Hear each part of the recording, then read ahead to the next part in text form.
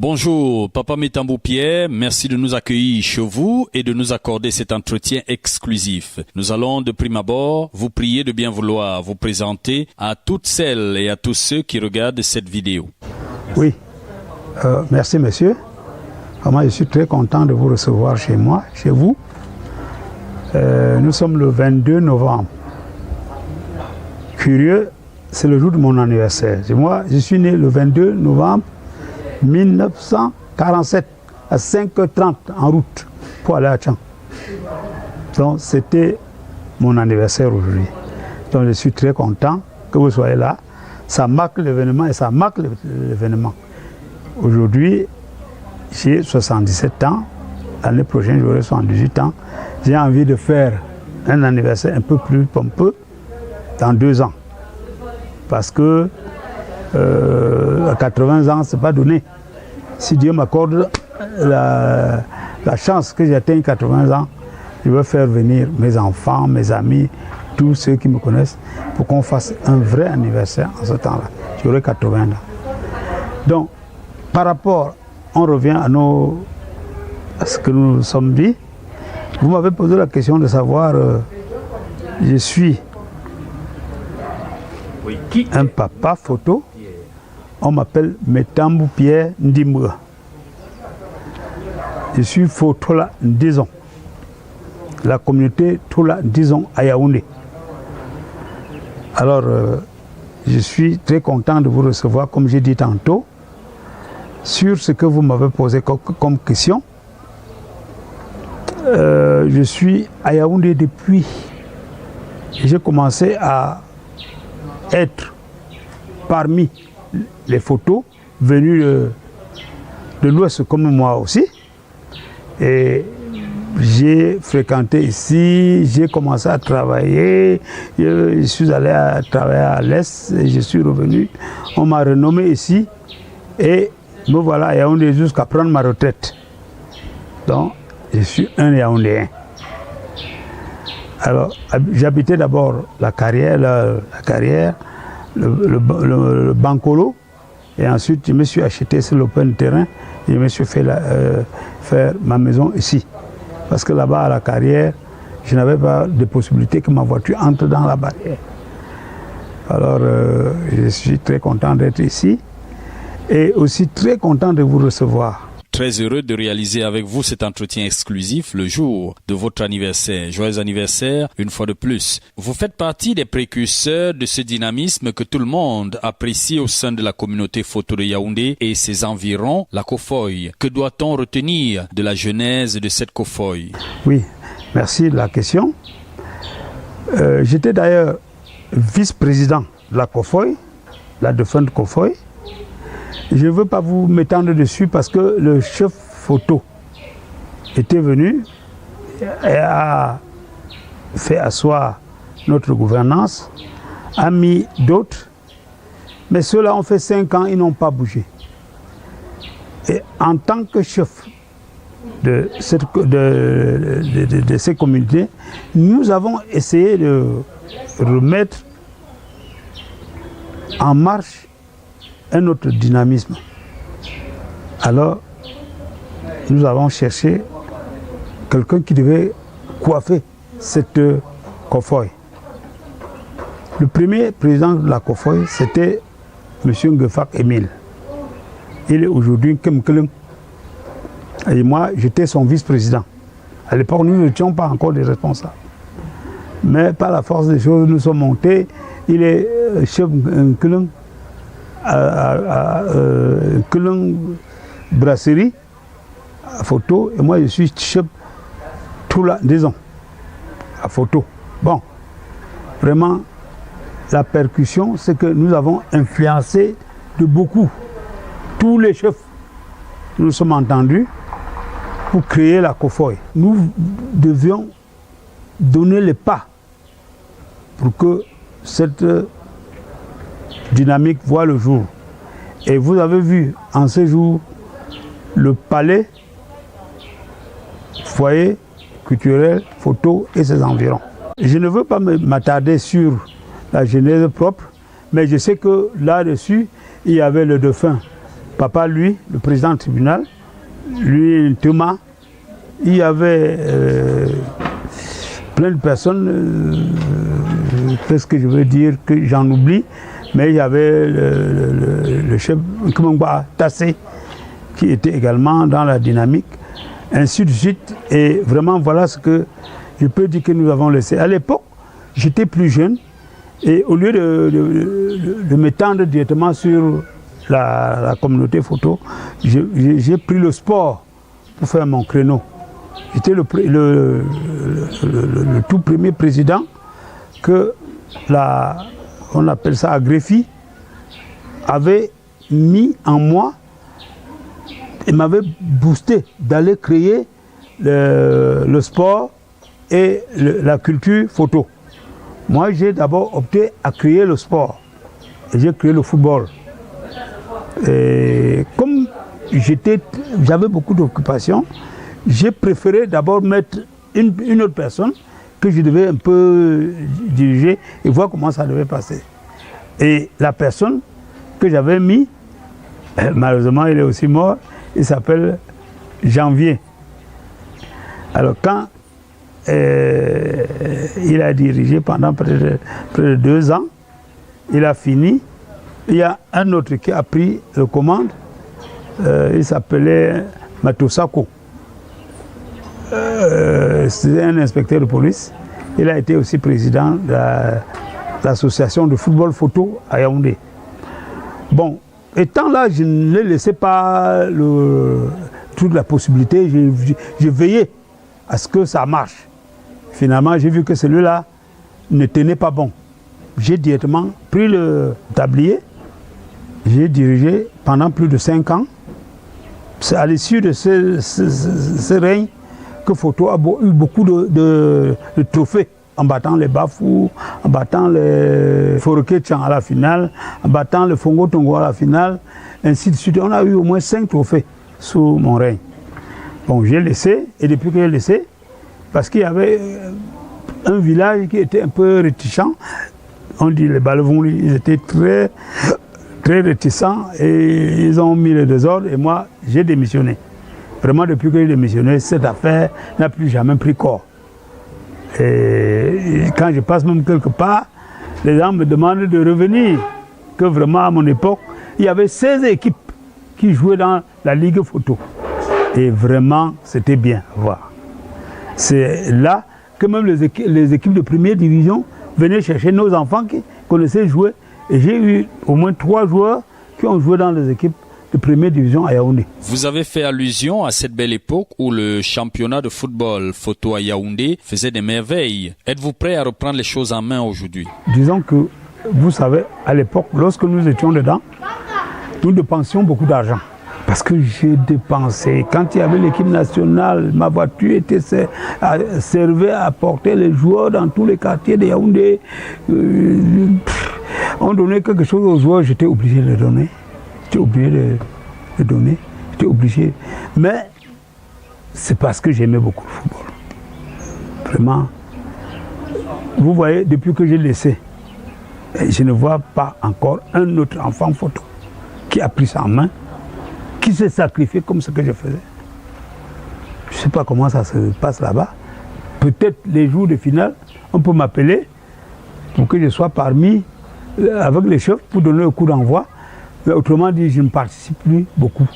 Et peut-être qu'un autre président qui monte, qui pense qu'il peut penser à moi, il peut me voir, je lui donne mes conseils pour qu'on remette en marche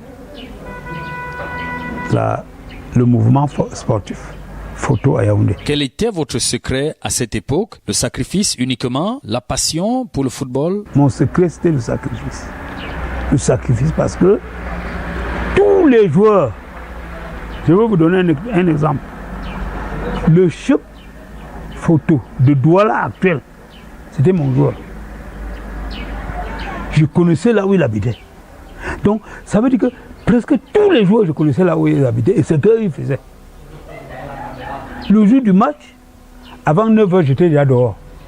Je passais dans presque tous les quartiers où les joueurs y habitaient. Je les prenais dans la voiture et parfois, on passait dans un restaurant, je leur donnais un peu à manger avant qu'on continue, avant qu'on aille même voir ce qu'on a gardé pour les jours. Donc c'était un peu ma passion. Et j'aimais ce que je faisais. C'est pour ça que les enfants m'ont beaucoup obéi, m'ont beaucoup suivi. Et les résultats étaient là. Depuis quelques années, plus de 3000 membres de la COFOI contribuent pour la construction d'un foyer socio-culturel. Personnellement, que pensez-vous de ce projet? Je vous dis déjà que c'est un projet rentable. L'autre jour, nous étions très contents d'aller accueillir le chef Le Tarli, le chef photo Le Tarli, qu'on l'a installé. Il est déjà parmi nous, si bien que nous comptons, parce que quand il n'était pas là, vous voyez, tout ce qu'on a fait là, le Tarli n'a jamais rien fait. Et à ce moment-ci, ils vont se joindre à nous et faire aussi leur part. Vraiment, on sera très content que d'autres villages se joignent encore à nous. Parce que Photo a 52 villages. Et actuellement, ici, nous sommes environ 20 seulement. Vous voyez que beaucoup sont encore dehors. Alors, si nous mettons en marche, et nous avons dit à tous ceux qui peuvent se réunir, de ne pas écouter ce qu'on leur dit dehors, qu'on donne ceci, on donne cela, avant de venir être parmi nous. Non. Il suffit de voir le chef. Vraiment, ce n'est pas un problème. On va vous accueillir, on va vous accueillir et vous faire assister à nos réunions. Parce que c'est l'initiative des chefs de communauté photo de Yaoundé. Nous avons vu que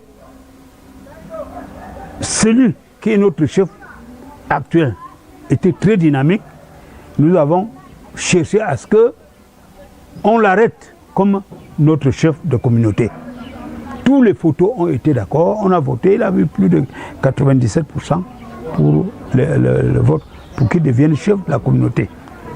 Mais il y avait parmi nos frères ceux qui n'ont pas voulu, parce qu'il y avait déjà le problème d'argent, on cotisait l'argent, les 16 millions, les 15 millions, les 3 millions, les 10 millions, pour construire ce bâtiment que vous voyez là. Et c'est vraiment la force de tous les photos. Si quelqu'un a mis ses 200 000, ses 100 000, ses 50 000 dans cette maison, il doit s'estimer heureux parce qu'il est partant de la continuité de cette maison. Vous voyez à quel niveau nous sommes actuellement. On est en train de faire la mise au point pour mettre en marche la grande salle de fête qui peut couvrir au moins 400 personnes. Alors vraiment, nous sommes heureux de voir cela naître. D'aucuns parlent d'une crise au sein de la communauté photo de Yaoundé et ses environs. Que dites-vous à ceux qui se mettent encore en marge de ce chantier pour les ramener à la table du dialogue? Ce que nous avons eu comme problème, c'est que le chef supérieur, que beaucoup disent que nous ne voulons pas de lui, non, il n'est pas question, c'est notre chef. On n'est pas astreint à la règle. Nous devons respecter notre chef, notre roi. Il est venu pendant que tous les villages s'acharnent à saisir leur chef ici pour aller présenter à la chefferie au village. Lui, il a plutôt préféré nommer quelqu'un ici qu'on ne le connaissait pas pour qu'il devienne son représentant. Alors, son représentant, nous avons dit non, on ne le connaît pas. Et c'est pour ça que nous n'avons pas voulu, tous les chefs n'avons pas voulu obéir à celui-là. Mon cher frère, ce n'est que ça qui distance le chef et nous. Et quand je dis distancer, ce n'est même pas distancer. Il suffit qu'il vienne prendre le chapeau et mettre sur la tête de notre chef, parce que celui-là, vraiment, nous entendons avec lui. Il nous pose des questions avant d'agir et nous faisons ce qu'il y a pour que tous les photos de Yaoundé s'entendent. C'est un peu ça que nous sommes en train de vouloir, que si un jour le chef vraiment croit à ce que ses enfants font, il peut venir ici, nous mettre le chapeau sur la tête de notre chef et la vie continue. Photo va continuer. Photo va vivre. Vous voyez, dans toutes les communautés, ici à Yaoundé, pour qu'un chef nomme son représentant ici, c'est la population d'ici qui attrape celui-là. Ils peuvent passer par voie de vote pour aller remettre au chef et le chef vient l'installer. C'est tout. C'est ce qu'on. Et nous avons fait le vote. Le chef a passé. Il a eu plus de 95% de voix pour s'asseoir sur le trône. Et ce qu'il fait est bien. Je vois, je suis un chef de communauté, je vous l'ai dit. Et nous nous réunissons pour essayer de lui donner la ligne à tenir. Et il obéit. On construit notre village photo. L'actuel bureau exécutif de la COFOI arrive bientôt en fin de mandat. Quelles sont vos attentes? Un nouveau mandat pour le bureau en exercice ou alors une nouvelle équipe pour poursuivre ce vaste chantier? Bon, vraiment, vous savez, nous refusons d'être comme le Cameroun. Nous refusons d'être comme le Cameroun parce que lorsque le président de la République est en place, on ne sent plus un autre enfant camerounais qui peut faire comme lui. C'est pour ça que nous, les chefs de la communauté photo, nous avons estimé qu'au mois de décembre, on va faire les élections. Pour la nouvelle équipe, on va implémenter et les suivre, comment on suit ceux-ci, voir ce qu'eux aussi doivent faire. Ils peuvent être meilleurs.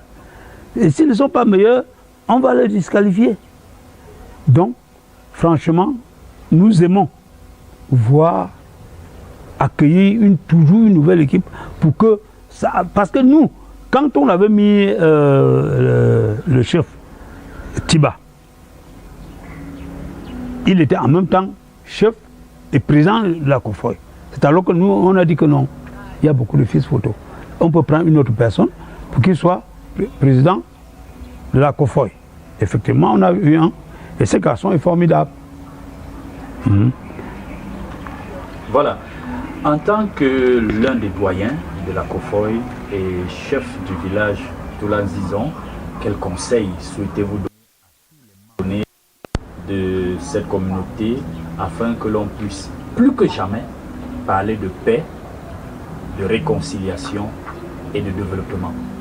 Bon, vraiment, je vous le dis, je vous ai d'abord dit que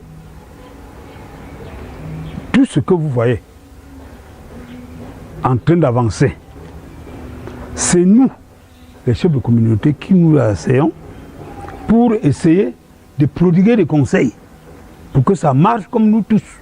Nous voulons que ça marche. Une seule personne ne peut pas faire que la photo marche. Et même le chef Tiba, je suis comme ça. C'est sûr, je suis le doyen parmi les chefs. C'est moi le faux de Tiba. Donc, il n'y a pas une seule nuit qui passe sans qu'il m'appelle pour qu'on parle de l'affaire de photo. Parce que quand il y a un problème, moi en tant que doyen, il m'appelle pour qu'on se donne des conseils mutuels. Et la plupart du temps, on s'en tire avec brio. C'est souvent bien. Alors, je veux donc vous dire que le noyau que nous avons dans les chefferies, dans la chefferie là, marche assez bien. Et nous voyons, vous savez, il y a l'argent qui est le nerf de la guerre. Nous mettons tellement de possibilités sur la gestion de cet argent qu'on ne cherche pas de l'argent. Et c'est ça qui devait même faire que l'affaire se gâte. Parce que quand on fait le plan, le timing pour faire quelque chose, non, on le fait. On le fait. Et puis il n'y a pas une seule personne qui se dit que je vais aller acheter telle chose. Non, il y a toute une équipe, les ingénieurs de chez nous, et ainsi de suite, qui essayent de mettre en marche la viabilité de l'argent pour qu'on mette en marche ce qui va se faire pour que ce beau palais soit davantage toujours beau. En tant que l'un des doyens de la Kofoy et chef du village Tula Nzizon, quel conseil souhaitez-vous donner à tous les membres de cette communauté afin que l'on puisse plus que jamais parler de paix, de réconciliation et de développement? Oui, vraiment, je vous remercie pour cette question qui en fait est embarrassante parce que ceux qu'on appelle les G11, qui en fait sont, disent-ils, les opposants, on ne sait pas s'ils sont opposants pour refuser qu'on construise photo ou bien ils sont opposants pour venir aussi prendre et travailler. Autrement dit, si on leur avait dit d'amener des candidats pour que si le village tombe sur eux, on accepte pour qu'il y ait réconciliation. Autrement dit, nous n'avons pas à interdire un fils photo de chercher à construire photo. Parce que ce que je veux vous dire de très sérieux, dans cette équipe, il y avait des gens qui n'étaient pas avec eux.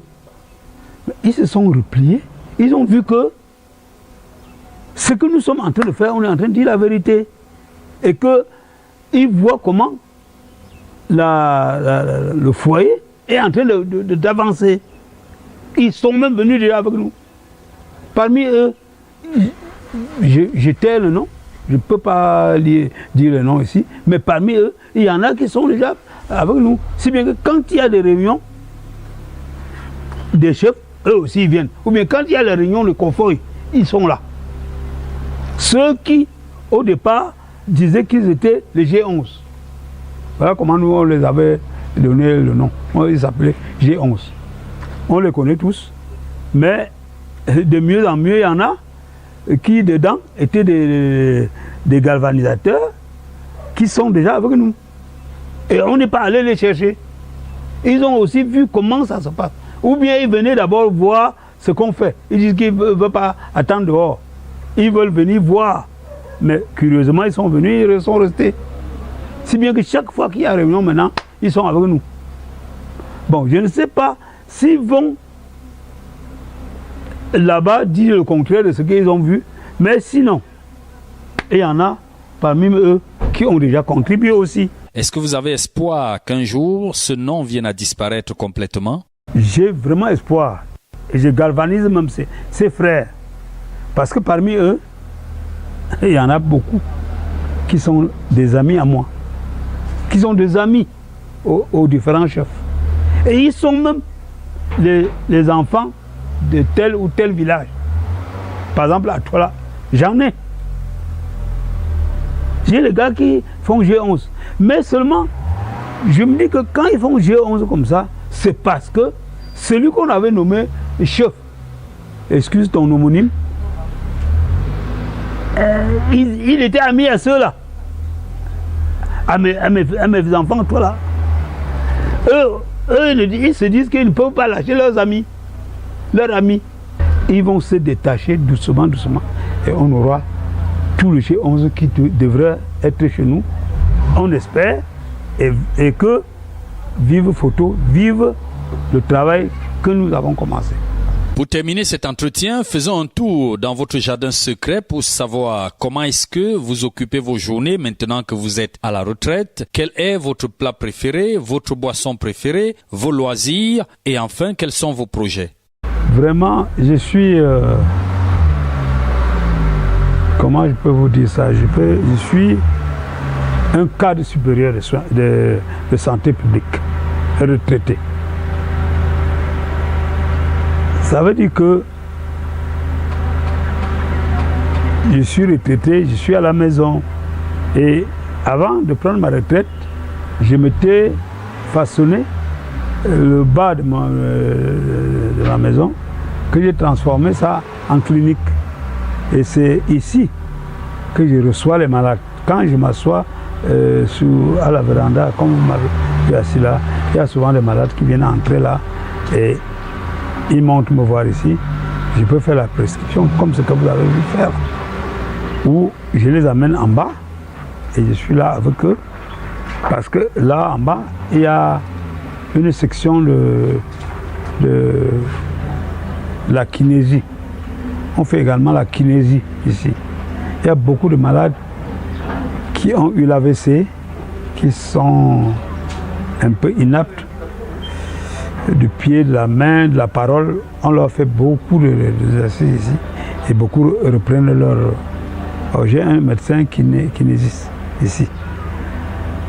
Moi-même, je fais beaucoup dans la gynéco, je fais beaucoup dans la dermatologie.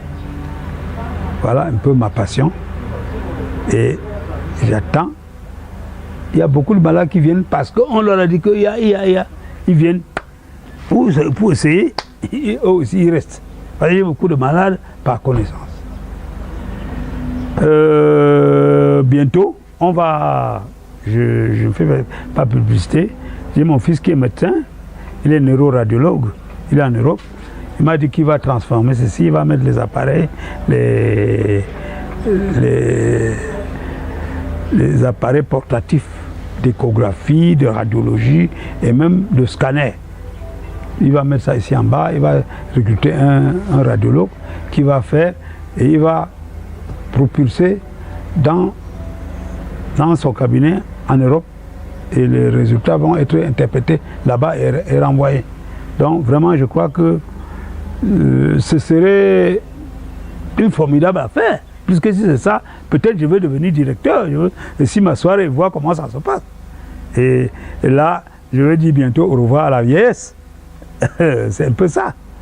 Ouais. Donc voilà un peu mon projet. Si ça marche, vraiment je serai très content. Je serai encore content de voir beaucoup de malades et ce serait un peu la vision que je veux avoir. Ou, bon, disons que je veux curieusement vous dire que je fais 3 fois l'AVC. J'ai déjà fait 3 fois l'AVC. Et j'ai d'abord fait un ici, le 5 décembre 2019. C'était quand mon fils était ici. Il m'a directement acheté un billet. Il m'a transféré en Italie. Je suis allé en Italie et en 14 jours, ils m'ont remis. Bon, je suis rentré, je suis arrivé ici, je suis allé à Tchang. J'avais un souci là-bas parce qu'il y a un de mes petits-fils qui était venu dans ma cour comme ça faire une grosse fondation. Il voulait se construire là-bas. Il dit que lui aussi il est enfant de la concession, alors que c'est l'enfant de mon frère. Et mon père avait donné le terrain de celui-là de l'autre côté de chez nous. Il laisse là-bas où on a même enterré son père. Il veut venir m'attaquer chez moi. C'est ça qui m'a un peu surpris. Bim! Le deuxième AVC. Alors, j'ai essayé de maîtriser celui-là ici. Je suis allé à la clinique, la cathédrale, vers l'Omnisport. J'ai fait des radios. Le fils a demandé, on a fait tous les cours, les ci, le scanner. Bon, on a envoyé chez lui en France. Il a vu, il a interprété, il a envoyé les produits. J'ai commencé à prendre, ça a tenu. Jusqu'à ce que cette année, comme j'étais encore en France, je suis allé là-bas le voir. Arrivé là-bas, bon, ce qui est sûr, c'est que j'ai mangé le couscous de maïs, et ce qui était interdit. Et vraiment, comme j'aimais beaucoup le couscous de maïs, je n'ai pas su que c'est le sucre. J'ai oublié de croire que c'est le sucre entièrement. Alors, vraiment, j'ai mangé beaucoup de couscous. 2 jours successifs. Au 3e jour, bam, j'ai eu un AVC. Et heureusement, j'étais là-bas. Et mon fils m'a pris, il est allé dans une clinique. On m'a fait le scanner, l'IRM. ils ont vu où se trouvait le problème. Directement, il m'a amené aux urgences, au CHU d'Amiens. Donc voilà un peu ce qui a fait que j'ai reçu l'AVC. Donc c'était le couscous du maïs. Vraiment, je peux te dire que depuis que je suis rentré, je ne suis pas sûr que j'ai mangé une seule fois le couscous. Même le maïs qui était là, le maïs neuf, machin, je n'ai pas mangé. Hein. Donc, je suis dans mon régime. Et la bière, alors, ça fait au moins 2 ans que je n'ai plus bu une seule bière. C'est ça. Merci, Papa Métambou Pierre, d'avoir répondu à toutes nos questions et bon vent pour vos projets. Merci, vraiment merci. Et je pense que je souhaite que les interviews de ce genre se répètent pour que notre village avance. Parce que quand on ne connaît pas ce que quelqu'un pense, on ne peut pas le juger. Très important. On ne peut pas le juger. Alors, ainsi, je pense que j'ai la visée de tous les chefs.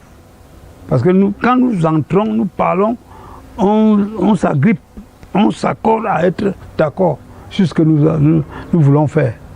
Quand on est tous d'accord, on réalise. Très bien, merci. D'accord. Merci.